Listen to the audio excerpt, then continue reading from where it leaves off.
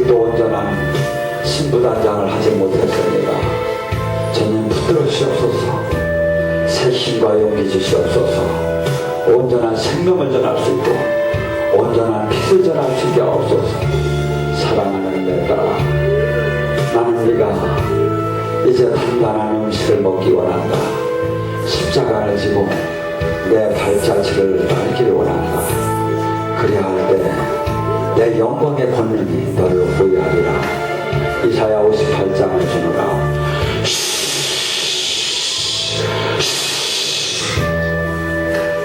아버지 사랑합니다. 당신의 한없는 은혜와 사랑을 알며도 늘 온전치에 서 있지 못합니다. 주님 불쌍히 여기시고 만나 주시옵소서.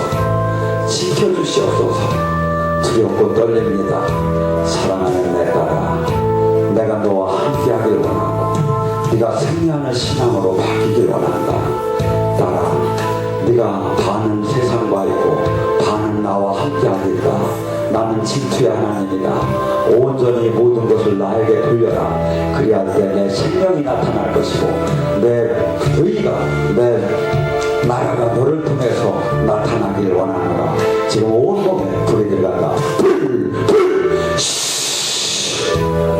나의 하나님, 제가 아버지를 사랑합니다. 아버지 살아계심을 제가 이제 알았습니다.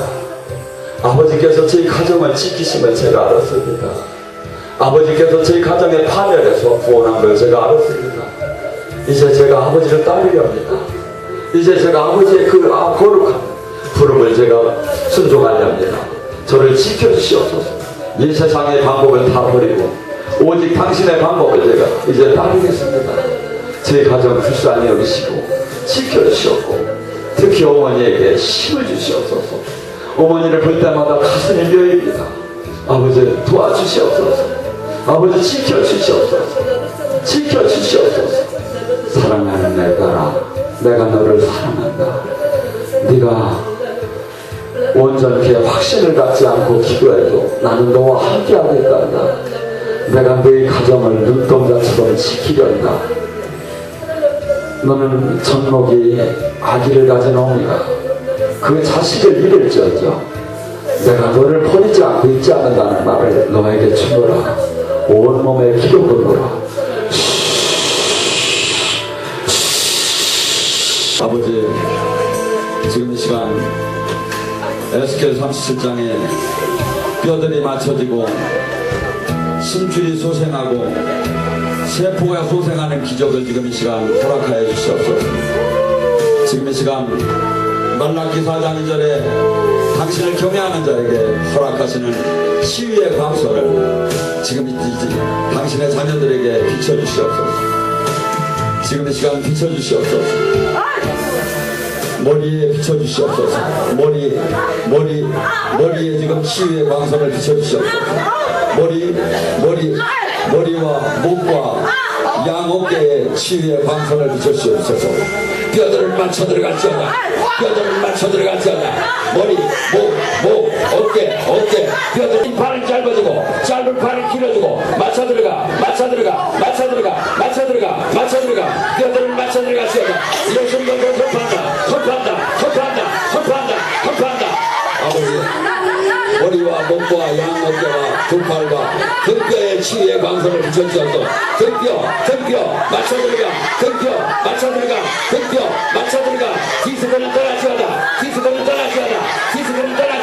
디스코는 떠나지어다. 등뼈 맞춰 들어가. 내 영혼아,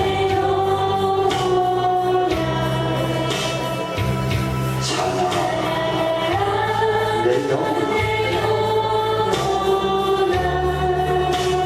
내 속에 있는 내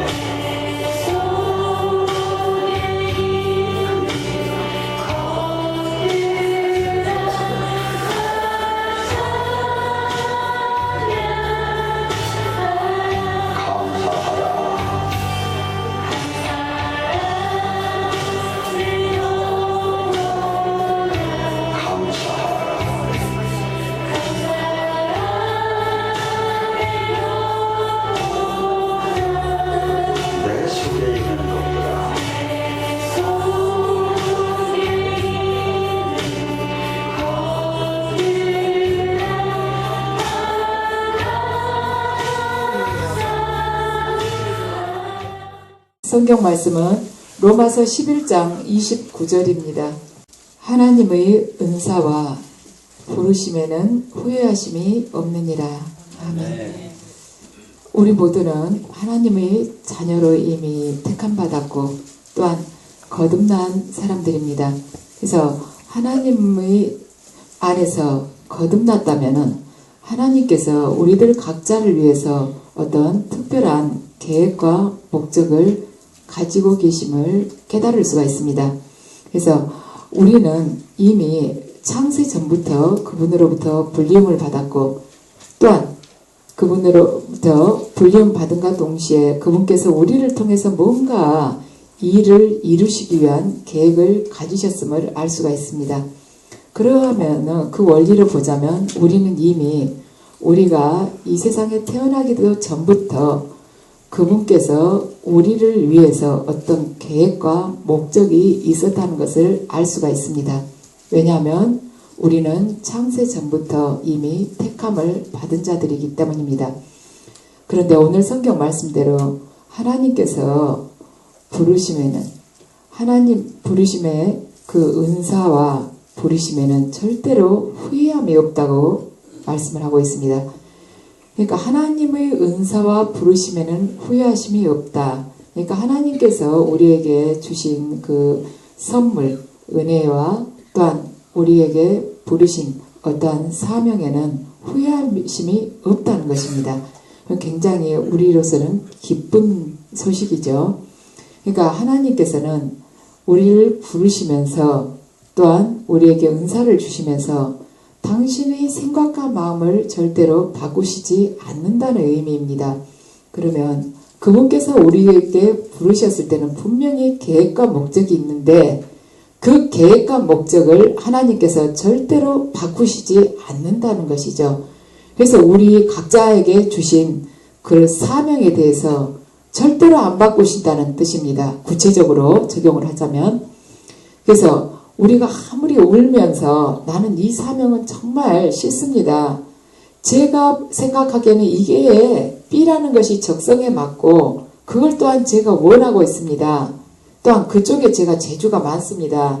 이걸로 바꿔주십시오. B로 바꿔주십시오 해도 하나님은 A를 B로 절대로 안 바꿔주신다는 것이죠.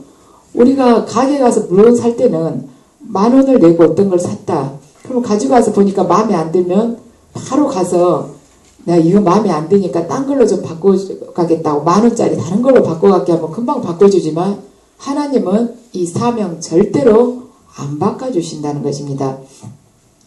그러면 우리가 살아있는 한 하나님의 뜻에 순종하는 것이죠. 하나님께서 우리 뜻을 맞춰주시지는 않습니다. 우리가 그분 뜻에 순종을 해야 되는 것이죠. 그러다 보면 우리가 어느 날 그리스도의 심판대 앞에 서서 그 부르심에 대해서 하나님과 함께 셈을 하게 될 것입니다. 그래서 하나님께서 우리에게 부여하신 그 일을 우리가 제대로 하지 않았다면 제가 이룰 수가 없었다고 고백을 하게 될 것입니다. 그런데 하나님께서 어떤 일을 하라고 우리를 부르셨을 경우에 우리는 대부분 어떻습니까? 저는 그만한 존재가 못 된다고 다들 뒷걸음질을 칩니다. 하지만 우리가 신실하기만 하면 하나님은 우리 안에 당신께서 은사를 부으셔서 어떻게든 그 일을 이루어 내십니다. 그러니까 우리 자신의 힘으로는 도저히 할 수 없는 일이지만 하나님께 우리가 신실한 존재로만 그 앞에 엎드린다면 그분은 우리를 부르신 그 목적을 반드시 우리를 통해서 이루시면서 성공을 하시는 분입니다. 사도 바울의 경우는 그의 생애를 보면 하나님께서 부르시고 나서 그가 신실하게 그분께 모든 삶과 사역을 내맡겼습니다. 그러므로 해서 하나님께서는 당신께서 원하신 일을 그를 통해서 하실 수가 있었습니다. 사도 바울이 처음에는 예수님을 따르는 이들을 박해를 하고 그들을 잡아들이는 일을 했었습니다. 그런데 다메섹 도상에서 예수님께서 빛 가운데서 사도 바울을 부르시죠. 왜 네가 나를 박해하느냐고 말씀을 하십니다. 그러면서 그가 완전히 변화가 됐습니다. 그래서 남은 생을 예수님을 위해서 바치는 삶을 살게 됩니다.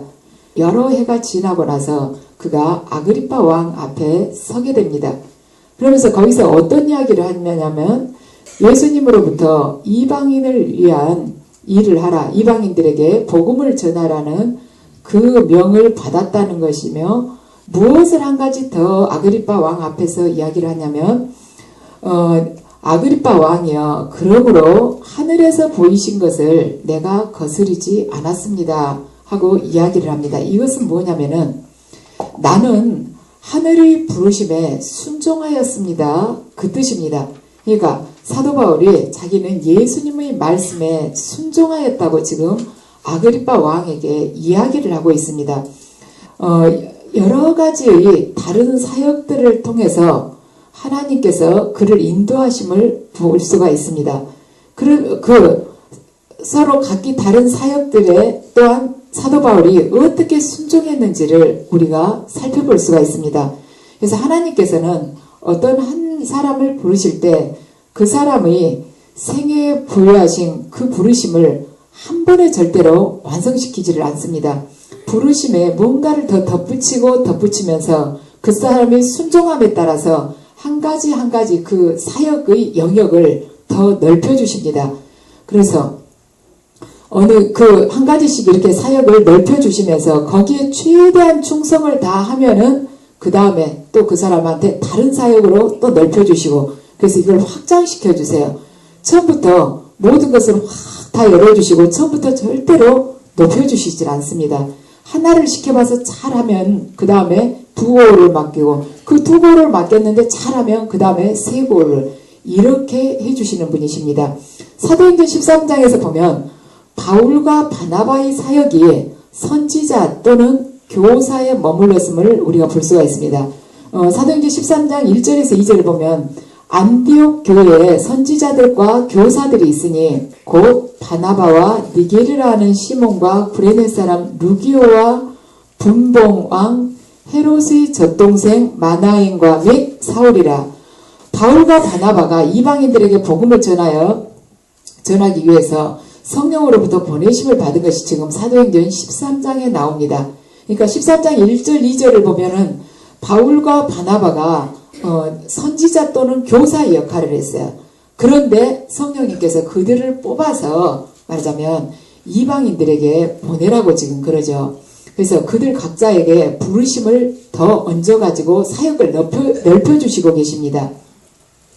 근데 사도행전 여기서 14장을 보면은 이들이 최초로 사도라고 불리웁니다. 그러니까 그 전에는 사도행전 13장까지는 바울과 바나바를 사도라고 표현을 하지를 않습니다. 그렇지만 이들이 주어진 일에 최선을 다하기 때문에 하나님께서 높여주신 것이죠. 그리고 사도행전 13장을 보면 여기서 바울과 바나바의 순서가 바뀌게 돼요. 사도행전 13장을 보면은 바울과 바나바가 이제 이렇게 나가게 되죠. 말하자면 선지자나 교사로 있다가 그들이 이제 전도를 하게 됩니다. 이방인 전도를 하기 위해서 나가는데 13장 4절 바로 위를 보면 바나바와 바울이 구브로에서 전도를 한다고 이렇게 나오고 있습니다. 근데 구브로에서 전도를 하다가 마술사를 바울이 말하자면 그를 물리쳐내는 것이죠. 그래가지고 그가 그에게 네가 맹인이 되어서 얼마 동안 앞을 보지 못할 거라고 바울이 그럽니다. 그러니까 정말로 그 역사가 이루어져요. 그러고 나서 바로 12절이 그러니까 사도행전 13장 12절이 막 지나고 나면은 이렇게 돼요. 그 푸른색으로 제목이 나오죠. 바울과 바나바가 비시디아 안디옥에서 전도하다. 이렇게 나오죠. 4절 바로 위에는 바나바와 사울이 이렇게 나오는데 12절이 막 지나면은 바울과 바나바가 이렇게 순서가 바뀌게 됩니다. 그러니까 그 구브로에서 마술사를 물리친 그 사역을 통해서 바울이 바나바보다 영적으로 더 위로 올라가면서 기록하면서 순서를 바꿔서 이렇게 기록해 놓은 것입니다. 그리고 14장 사도행전 14장을 보면 이들이 최초로 바울과 바나바가 사도로 불리움을 받고 있습니다. 사도로 기록을 해놨죠. 그러면 하나님께서 바울과 바나바를 왜 좀 더 일찍 사도직에 올려주시지 않았는가? 그 이유는 하나님께서 우리를 부르시면서 새로운 단계로 이끌어 가시면서 우리를 시험을 하십니다. 우리가 정말로 그 사명을 잘 감당을 하는지, 네가 어떤 상황 속에서도 죽음을 무릅쓰고 나에게 충성하는 자인지 계속 시험을 하면서 그 테스트에서 우리가 통과를 하면은 그분이 높여주시고 계십니다. 그래서 우리가 확고하게 신실하지 못하면 하나님께서 우리를 또한 사용하실 수가 없고, 우리가 견고하게 그분 뜻 앞에서 순종하는 자가 될 때 하나님께서 우리를 통해서 당신이 그 일을 그대로 이루시고 계십니다. 그래서 사도 바울은 하나님의 부르심에 신실했기 때문에 그가 마지막에 디모데에게 이렇게 쓸 수가 있었습니다. 나는 선한 싸움을 싸우고 달려갈 길을 마치고 믿음을 지켰다고 디모데에게 자신있게 이렇게 편지를 보내고 있습니다. 그래서 바울은 그의 생애에 대한 하나님의 그 뜻을 이루기 위해서 마지막까지 신실하게 다름질을 하였습니다. 그와 마찬가지로 우리들 또한 하나님께서 우리를 통해서 무엇을 하기를 원하신지를 여러분들 모두 다 알고 계십니다. 그래서 우리 각자에게 대한 부르심에 우리가 신실하게 응답할 때만이 그분이 그 귀한 뜻을 우리들을 통해서, 이 말하자면 한계성을 띈 우리 한 인간에 불과한 우리를 통해서 그분의 영광을 드러내고 그분의 뜻을 이룰 수가 있다는 것이죠. 하나님 그분에 대해서 우리가 무엇을 할 수가 있겠습니까? 근데 다만 우리가 도저히 피할 수 없는 건 이 땅에서 삶을 마치면 반드시 그분을 만나야 된다는 것입니다. 지금 이 한시적인 이 내 육이 말하자면 호흡을 하고 있는 이 동안에는 그분을 피해서 뒷걸음질을 치면서 내 마음대로 살 수가 있지만, 우리가 몇십 년 후 아니면 몇 년 후 그때라도 주님을 반드시 만나야 된다는 것이에요. 우리가 많이 살면은, 대부분 많이 살면 한 90까지나 살 수 있는 것 같아요. 보면은 부모님들 연세가 80 몇 세인 분들은 참 많습니다. 근데 90이 넘었다는 분은 20명 중에서 한 분도 별로 없어요. 그러다 보면 90 넘게 산다는 게 5%가 안 된다는 것이죠. 우리 대부분이 95%, 여기 계신 분의 95%는 아마 90 이전에 숨을 거두게 될 것입니다. 그러면 내가 앞으로 많이 살아봐야 몇 년 살겠다, 이게 나오지 않습니까? 그러면 하나님을 만나야 돼요. 그런데 그분의 뜻을 정말 쉽게 저버리는 사람들이 너무나도 많다는 거예요. 그분 두려워할 줄을 몰라요. 우리는 성경 내용을 다 외울 수는 없습니다. 그렇지만 우리가 꼭 명심해야 될 것은 하나님을 두려워하고, 하나님을 두려워함은 지혜의 시작이라고 하지 않았습니까? 반드시 그분을 두려워하고 그분 뜻에 순종해야 된다는 것. 우리가 신학자들처럼 성경에 대해서 박식하고 성경을 100번을 처음부터 끝까지 읽은 사람처럼 몇 장 몇 절에는 뭐가 있다고 이렇게 되뇌이진 못한지라도, 그 못해도 괜찮아요. 하나님 뜻에는 반드시 순종하는 자가 돼야 된다는 것, 그거 인간으로서 가장 해야 될 첫걸음, 기본 도리라고 봅니다. 그래서 내가 부족하고 아무것도 할 수 없는 인간이지만 하나님께 순종할 때, 순종하면서 별 재주를 보이라고 주님은 우리에게 요구하시지 않습니다. 우리가 못하는 걸, 도저히 내가 못하는 걸 하라고 안 하세요. 내가 높이뛰기를 2m를 못하는데 2m 뛰어넘으라 한다거나 저 담장을 뛰어서 날아가 보라 한다거나 절대 그거 안 시키십니다. 내가 할 수 있는 나에게 주어진 그 안에 당신께서 계속 덧입히세요. 당신의 힘으로, 당신의 지혜로, 영광으로 덧입히시면서 그걸 통해서 당신이 우리의 손과 발과 입술을 쓰십니다. 그러니까 순종하면서 맡기고 그분께 꽉 붙어있기만 하면은 이루시는 분은 그분이십니다. 그래서 어떤 분들은 굉장히 어떻게 보면 겸손하다고 표현을 할 수가 있는데, 나는 아무것도 못한다고 내가 주님 일을 어떻게 하겠냐고. 저도 물론 처음에는 그랬어요. 제가 뭘 하겠냐고. 저 하나도 못하는데. 근데 그게 구체적으로 들어가 보면 교만이라고 볼 수가 있습니다. 왜냐하면 겸손하기 위해서는 어떻게 해야 되는가.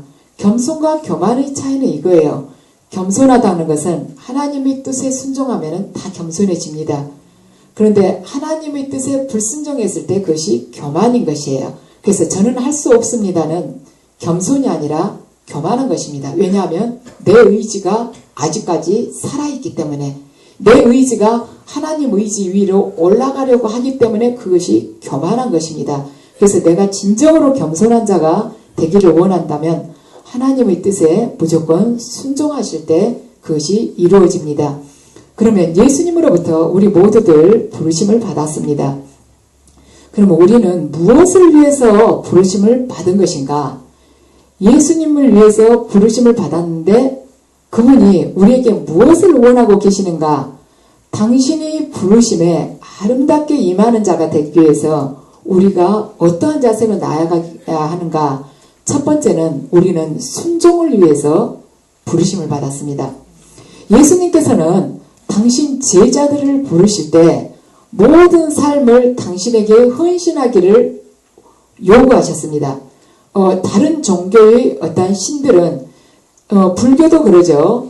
부처의 가르침을 그대로 배우라고 하는 것이지 당신과 하나 되자고 한 것이 아닙니다. 근데 예수님은 당신과 일치가 되자는 거예요. 그게 다른 종교의 신들과 다른 점입니다. 그래서 예수님께서는 모든 삶을 당신을 위해서 헌신하고 목숨까지 바치라고 말씀하시죠. 주님 주님 한다 해서 예수님께 나더러 너희들이 주님 주님 부른다 해서 모두 하늘나라에 들어가는 것이 아니다. 하늘에 계신 내 아버지 뜻을 실행하는 자라야만이 하늘나라에 들어간다는 것입니다. 우리 거꾸로 그럼 생각해봐요.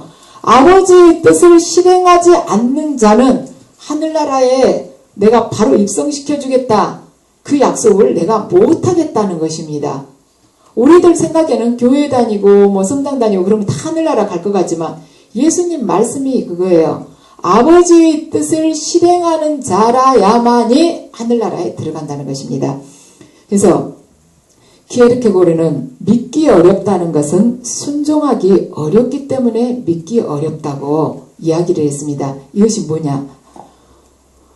어떠한 하나님의 말씀을 믿기 어렵다는 것은 그 말씀에 내가 도저히 순종을 못하겠으니까 못 믿겠다는 뜻이에요. 내가 순종을 한다는 이 행위와 마음이 앞서게 된다면 반드시 믿게끔 되어 있습니다. 그래서 순종이 없다면 진정한 제자의 도도 없게 됩니다. 교회 안에 모든 사람들은 핑계를 대면서 될 수 있으면 편하게 예수님의 제자가 되어서 살아가려고 합니다. 그렇지만 편하게 살든 아니면은 주님의 제자가 되어서 고난을 무릅쓰고 살든 선택은 다 우리들 각자에게 달려 있습니다. 말하자면 예수님의 부르심에 우리가 예라고 대답할 것인지 아니오라고 대답할 것인지는 각자 우리 자신의 몫인 셈입니다. 그래서 진리는 굉장히 냉혹합니다. 그래서 만약에 그리스도가 우리에게 있어서 모든 것의 주님이 아니라면 그분은 결코 어떠한 것에서라도 주님이 우리에게 있어서는 되지 않습니다. 그래서 우리가 99% 순종하고 1% 불순종한다는 것은 주님께 순종하는 삶이 아니라 불순종한 삶이라고 단정을 지을 수가 있다는 것입니다. 예수님을 따르는 제자도에 있어서는 절반이라는 개념은 없습니다. 전부가 아니면 아무것도 아니라는 것입니다. 그래서 말콤 무게리지는 이것을 생생하게 어떻게 표현을 하고 있냐면 어떠한 희생을 우리가 당한다 할지라도 그리스도께 우리 자신을 꼭 묶어야만 한다.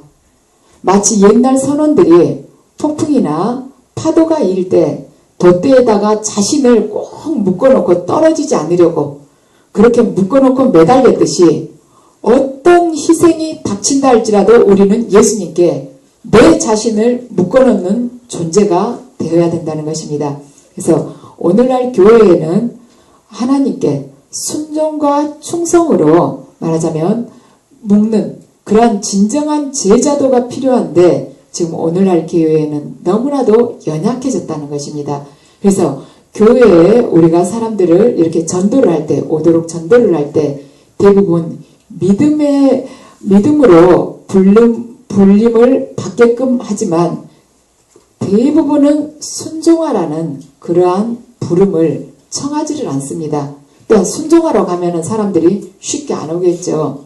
그래서 믿어보라고 하나님께서 복을 주실 거라고 가정 문제도 이러이러하게 해결된다고 이렇게 부르지 그분께 철저히 순종해야 되는 그런 제자로 살아가야 된다고는 절대로 전도를 하지 않는데 우리가 이제부터는 솔직하게 이야기를 할 필요가 있습니다. 그래서 순종의 삶이라는 것은 우리에게 있어서는 어떻게 보면 굉장히 고통스럽지만 우리들 각자는 진리 안에서 자유롭습니다.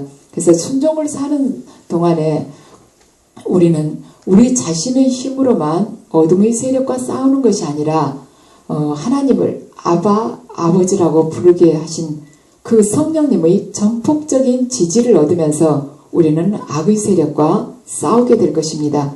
그래서 여러분들 주님께 순종하면서 살아오면서 많은 고난과 비난을 받으신 경험이 있으실 것입니다. 하지만 여러분들 주님을 생각할 때 내 영혼이 자유로워짐 또한 많이 느끼셨을 것입니다. 두 번째는 예수님께서 우리를 부르실 때 왜 부르셨겠는가? 고난을 위하여 그분께서 우리를 불러주셨습니다. 예수님께서는 당신을 따르라고 부르실 때 당신이 그 길을 따르라는 그 말씀 또한 내포되어 있었습니다. 그 길이란 무엇인가? 십자가의 길을 의미하고 있습니다. 그래서 삶의 모든 것을 예수님과 나누고자 했다면 기쁨뿐만이 아니라 고통도 함께 나누어야 된다는 것을 의미하고 있습니다. 그래서 빌립보서 1장 29절을 보면 여러분들은 그리스도를 말하자면 위하는 특권을 곧 그리스도를 믿을 뿐만이 아니라 그분을 위해서 고난을 받는 특권을 받았습니다. 그분을 위해서 고난까지 겪는 그 특권을 받았다는 것이에요. 그러니까 여러분들이 그리스도를 위하는 특권을 받았는데 무슨 특권이냐면 그것은 그리스도를 믿을 뿐만이 아니라 고난까지 겪는 특권을 받았다는 것이에요. 그러면 그리스도를 믿는다는 것은 무엇이냐?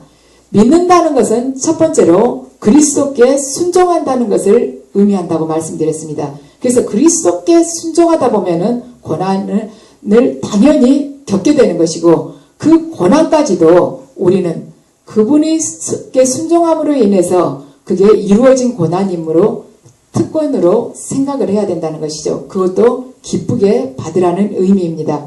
그래서 예수님께서는 평소에 자신이 받을 고난과 제자들이 체험해야 될 것에 대해서 많이 말씀을 하셨습니다. 그러시면서 제자들에게 고난받을 준비를 하라고 항상 당부를 하셨습니다.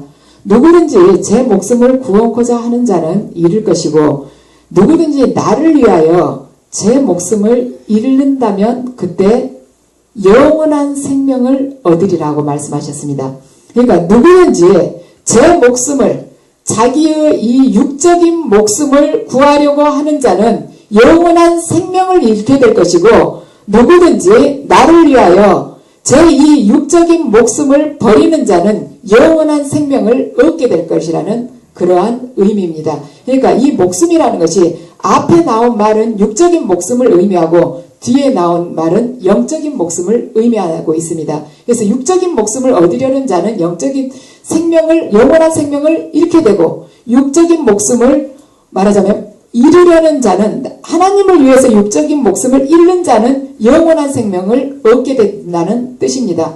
그래서 주님의 삶은 거절과 죽음과 고통으로 끝난 것 같지만 그분께서 부활하심으로 인해서 수많은 자들을 살리는 그러한 구세주로 우리 안에 영원히 남게 되었습니다. 그래서 신앙 때문에 공산주의 치하에서 10년 동안 고통을 받았던 어떤 그리스도인이 이렇게 표현을 했습니다. 자기는 거기서 고문을 받았다. 하지만 고문은 나의 뼈를 꺾었지만 내 영혼은 결코 꺾지 못했다고 이야기를 했습니다. 그러면서 자기는 그 시간이 자기가 고문은 받았지만은 내 영혼이 하나님께 더 사랑받는 시간이었기 때문에 그때가 가장 부요한 시간이었다고 고백을 했습니다. 그래서 그가 한마디를 더 붙였는데 그게 그 말씀이 뭐냐면 우리는 기도해야 된다고 그가 표현을 했습니다. 그 고문받은 그리스도인이 우리는 기도해야만 합니다.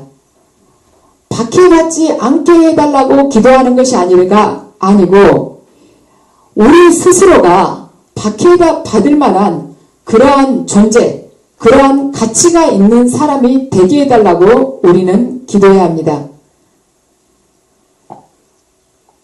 빛과 어둠이 절대로 공존할 수는 없습니다.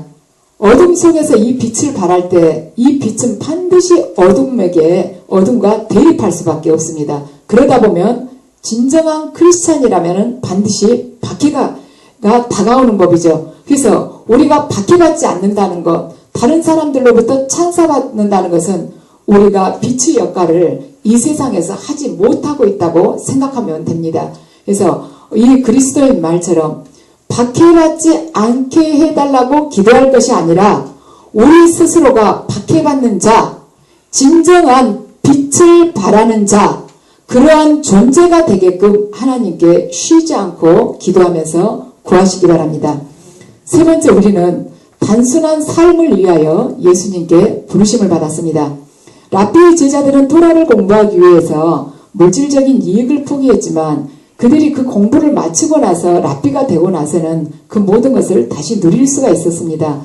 그렇지만 예수님께서는 겸손과 가난을 우리에게 요구하셨고 또한 그분 또한 그러한 모습으로 사셨습니다. 하나님께 전적으로 의지하면서 살아가셨습니다. 그래서 우리가 겸손과 가난한 자세로 살아갈 때 우리는 하나님을 신뢰하면서 그분께 의지하는 자가 될 것입니다. 그래서 예수님께서는 우리가 단순하게 살기를 원하셨습니다.